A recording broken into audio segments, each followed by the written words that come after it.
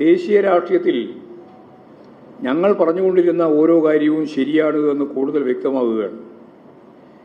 കഴിഞ്ഞ പാർലമെൻറ്റ് തെരഞ്ഞെടുപ്പിൻ്റെ ഭാഗമായിട്ട് ഓരോ സംസ്ഥാനത്തിൻ്റെയും പ്രത്യേകതകൾ കണക്കിലെടുത്ത് BJP പരാജയപ്പെടുത്താനുള്ള മണ്ഡലങ്ങളും പാർട്ടികളും കൂട്ടായ്മയും സൃഷ്ടിക്കണം എന്ന നിലപാട് പ്രാവർത്തികമാക്കാനുള്ള ശ്രമം നടത്തിയപ്പോഴാണ് BJP തോൽപ്പിക്കാമെന്ന ഒരു മനസ്സ് ഇന്ത്യൻ ജനതയ്ക്ക് ഉണ്ടായത്. അത് പാർലമെൻറ്റ് തെരഞ്ഞെടുപ്പിൽ പ്രതിഫലിച്ചിട്ടുണ്ട്. 2% വോട്ട് കൂടി കിട്ടുകയും 38 സീറ്റ് കൂടി അധികം നേടുകയും ചെയ്താൽ ചിത്രം മാറുമായിരുന്നു. പക്ഷേ കോൺഗ്രസ് ഫലപ്രദമായ രീതിയിൽ ഈ കാര്യം ഇന്ത്യയിലുടനീളം കൈകാര്യം ചെയ്തില്ല എന്നുള്ളതിൻ്റെ ഭാഗമായിട്ടാണ് ഈ 2% സീറ്റ് വോട്ടും അതുപോലെ 38 സീറ്റും നമുക്ക് ഇന്ത്യ ബ്ലോക്കിന് നഷ്ടമായത്. അതിനുശേഷം എന്താ ഇപ്പോൾ സ്ഥിതി? അതിനുശേഷം നടന്ന തെരഞ്ഞെടുപ്പ് ഹരിയാന തെരഞ്ഞെടുപ്പ്, അതായിരുന്നു കോൺഗ്രസ് വമ്പിച്ച രീതിയിൽ ജയിക്കുമെന്ന് പ്രതീക്ഷിച്ച തെരഞ്ഞെടുപ്പ്. പക്ഷേ അവിടെ SP ഉൾപ്പെടെ AAP ഉൾപ്പെടെ ആരുമായിട്ടും ഞങ്ങൾക്ക് കൂട്ടില്ല, ഞങ്ങൾ വലിയേട്ടന്മാരാണ്, ഞങ്ങൾക്ക് ഒറ്റയ്ക്ക് തന്നെ ഭൂരിപക്ഷം കിട്ടും എന്ന് പ്രതീക്ഷിച്ച് തെരഞ്ഞെടുപ്പ് നടത്തിയിട്ട് BJPക്ക് ഏൽപ്പിച്ചു കൊടുത്തു. ഇപ്പം നടന്ന ഞാൻ പറഞ്ഞത് ഹരിയാനയുടെ ചിത്രം അതാണ്. മഹാരാഷ്ട്ര അതുപോലെ തന്നെയാണ്. വിശാലമായ ഐക്യം ഉണ്ടാക്കാൻ അവർക്ക് സാധിച്ചില്ല. ജമ്മു ആൻഡ് കാശ്മീരിലെ തെരഞ്ഞെടുപ്പ് കഴിഞ്ഞപ്പോൾ അവിടെ ഒമർ അബ്ദുള്ള പറഞ്ഞത് 29 സീറ്റ് ജമ്മുവിൽ പ്രത്യേകിച്ച് 29 സീറ്റ് കോൺഗ്രസ് നേടിയെന്ന് പറഞ്ഞാൽ മത്സരിക്കാൻ വേണ്ടി വാശി പിടിച്ച് വാങ്ങി 29 എണ്ണം. എന്നിട്ട് ജയിച്ചത് എത്രയാ അറിയോ? എത്രയാ ജയിച്ചത്? നിങ്ങളാണല്ലോ റിപ്പോർട്ട് ചെയ്തുകൊണ്ടിരുന്നത്. ജമ്മു ആൻഡ് കാശ്മീരിൽ 29 സീറ്റ് നിർബന്ധിച്ച് വാങ്ങിയിട്ട് ജയിച്ച സീറ്റിൻ്റെ എണ്ണം പറ. 29 സീറ്റ് ഒരു സീറ്റ് അയച്ചേ. അതാണ് ഒമർ അബ്ദുള്ള പറഞ്ഞത്. കോൺഗ്രസുമായി ചേർന്നില്ലായിരുന്നുവെങ്കിൽ, അത് വളരെ പ്രധാനമാണ്, ചേർന്നില്ലായിരുന്നുവെങ്കിൽ ഞങ്ങൾക്ക് 3-ൽ 2 ഭാഗം ഭൂരിപക്ഷം കിട്ടുമായിരുന്നു എന്നാണ്. അപ്പോൾ 3-ൽ 2 ഭാഗം ഭൂരിപക്ഷം കിട്ടാതിരുന്നത് കോൺഗ്രസിന് ഇത്രയും സീറ്റ് 29 സീറ്റ് വിട്ടുകൊടുത്തു, 28 തോറ്റു. കോൺഗ്രസിൻ്റെ ഒരു നിലപാടാണത് വ്യക്തമാക്കുന്നത്. അപ്പോൾ വാശി പിടിച്ച് വാങ്ങിയിട്ട് തോൽക്കുക എന്നുള്ള നിലപാടാണ് സ്വീകരിക്കുന്നത്. ഇപ്പോഴ് ഏതാണ്ട് ഡൽഹി തിരഞ്ഞെടുപ്പിൻ്റെ അവസാനത്തെ റിസൾട്ട് വരാൻ പോവാണ്.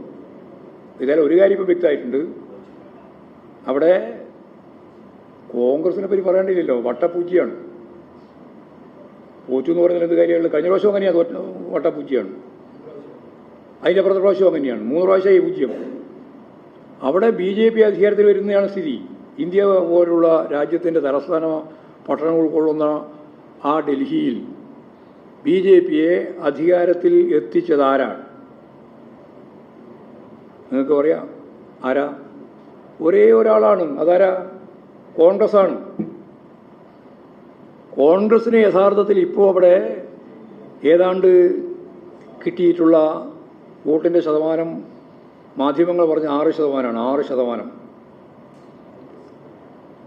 AAPക്ക് 43.11% എന്ന് പറഞ്ഞാൽ ഏതാണ്ട് 50% വോട്ട് BJP വിരുദ്ധ വോട്ട് ഇന്ത്യ ബ്ലോക്കിൻ്റെ ഭാഗമായിട്ട് മുമ്പ് മത്സരിച്ചവർക്ക് ഇപ്പോൾ കിട്ടിയിട്ടുണ്ട്.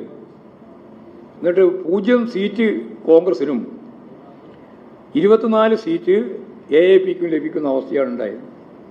അപ്പോൾ കോൺഗ്രസിനെ തോൽപ്പിക്കുക അല്ലെങ്കിൽ കോൺഗ്രസ് ഇല്ലാതാക്കുക എന്ന കോൺഗ്രസിൻ്റെ തന്നെ നിലപാട് ഒരു ഭാഗത്ത്, അതുവഴി BJPക്ക് വീണ്ടും അധികാരത്തിൽ വരുന്നതിന് വേണ്ടിയുള്ള സൗകര്യം, AAPയെ തോൽപ്പിക്കുക, അതാണ് ഏറ്റവും പ്രധാനപ്പെട്ട ശത്രു എന്ന് കണ്ടുകൊണ്ടുള്ള നിലപാട് കോൺഗ്രസ് എടുത്തു എന്നുള്ളത് കൊണ്ടാണ് BJP ജയിച്ചത്. BJP ജയിച്ചതിൻ്റെ ഉത്തരവാദി കോൺഗ്രസ് ആണ് എന്നർത്ഥം. കോൺഗ്രസും AAPയും കൂടി ചേർന്നിരുന്നുവെങ്കിൽ ഏതാണ്ട് 50% വോട്ടായി. തൂത്തുവാരി ജയിക്കാൻ സാധിക്കുന്ന ഒരു സംസ്ഥാനം തന്നെ പറയുക, കേന്ദ്രഭരണ പ്രദേശമാണെങ്കിലും സംസ്ഥാനത്ത് അത് BJPക്ക് അടിയറ വെക്കാൻ നൽകിയ കോൺഗ്രസിൻ്റെ പ്രധാനപ്പെട്ട നേതാവ് ഉൾപ്പെടെ ആർക്കെതിരായിട്ടാണ് അതിശക്തിയായിട്ടുള്ള വിമർശനം അവിടെ ഉന്നയിച്ചത്?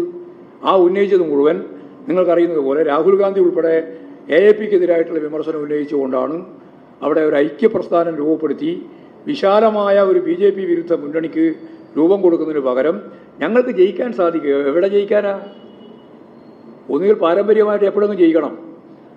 100% തോക്കുന്ന സംസ്ഥാനത്ത് പോലും ഒരു ഐക്യപ്രസ്ഥാനം രൂപപ്പെടുത്താനുള്ള നിലപാട് സ്വീകരിക്കാത്തതിൻ്റെ ഭാഗമായി വലിയ നഷ്ടമാണ് ഇന്ത്യ ബ്ലോക്കിന് മൊത്തം, BJP വിരുദ്ധ പ്രസ്ഥാനത്തിന് പൊതുവെ ഇന്ത്യയിൽ ഉണ്ടായിട്ടുള്ളത്. അത് കോൺഗ്രസിൻ്റെ ഈ നിലപാടാണ്. ഈ കോൺഗ്രസ് നിലപാട് എപ്പോഴും വലിയേട്ടൻ മനോഭാവത്തോടെ ഞങ്ങൾ പണ്ട് ഭരിച്ചതാണ് എന്ന് പറഞ്ഞിട്ട് മത്സരിക്കാൻ പുറപ്പെട്ടാൽ ഇത്തരത്തിലുള്ള ഹരിയാനയിലും അത് തന്നെയാണ് ഉണ്ടായത്, ഇപ്പോൾ ഡൽഹിയിലും അത് തന്നെയാണ് ഉണ്ടായിട്ടുള്ളത്. എന്ന് പറഞ്ഞാൽ കോൺഗ്രസിൻ്റെ ചെലവിലാണ് ഡൽഹി സംസ്ഥാനം ഇപ്പോഴും BJPക്ക് ഭരിക്കാൻ അവസരം ലഭിച്ചിട്ടുള്ളത് എന്നുള്ള കാര്യമാണ് ചൂണ്ടിക്കാണിക്കാനുള്ളത്.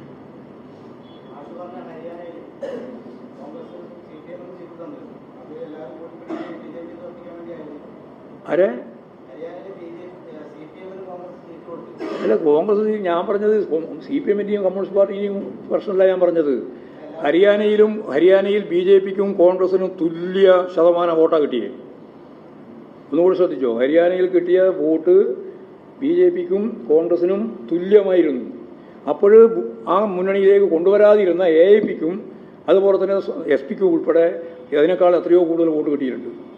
അവരെ കൂടി ചേർത്തിരുന്നുവെങ്കിൽ ഹരിയാന ഉറപ്പായിട്ട് BJP തോൽക്കുമല്ലോ. അപ്പോൾ അവരവിടെ യോജിപ്പിക്കാനുള്ള നിലപാട് സ്വീകരിച്ചില്ല. ആർക്ക്? മനസ്സിലായി. ഓ, നല്ല വിശദീകരണമാണെന്ന് എനിക്കറിയാം. ഞങ്ങൾക്ക് വലിയ വോട്ടൊന്നും ഇല്ലാന്ന് ഞാൻ സമ്മതിക്കില്ലേ കൊണ്ടു, ഉത്തരല്ലേ കൊണ്ടു. ഞങ്ങളൊരു കാര്യം വളരെ വ്യക്തമാണ്, ആരാണോ അവിടെ BJPക്കെതിരായിട്ട് മത്സരിക്കുന്നത് അവർക്കാണ് CPIM വോട്ട്, അത് കോൺഗ്രസിനല്ല. വ്യക്തമായില്ലേ? ആ കാര്യം മനസ്സിലായില്ലേ? അതായത് BJPയെ തോൽപ്പിക്കുക എന്നുള്ള ലക്ഷ്യം വെച്ചുകൊണ്ട് പ്രവർത്തിക്കുന്ന അവിടെ കോൺഗ്രസ് അല്ലാത്ത ആളുകൾക്ക് അവിടെ വോട്ട് നൽകിയിട്ടുണ്ട് CPM. ഉള്ള സ്വാധീനം.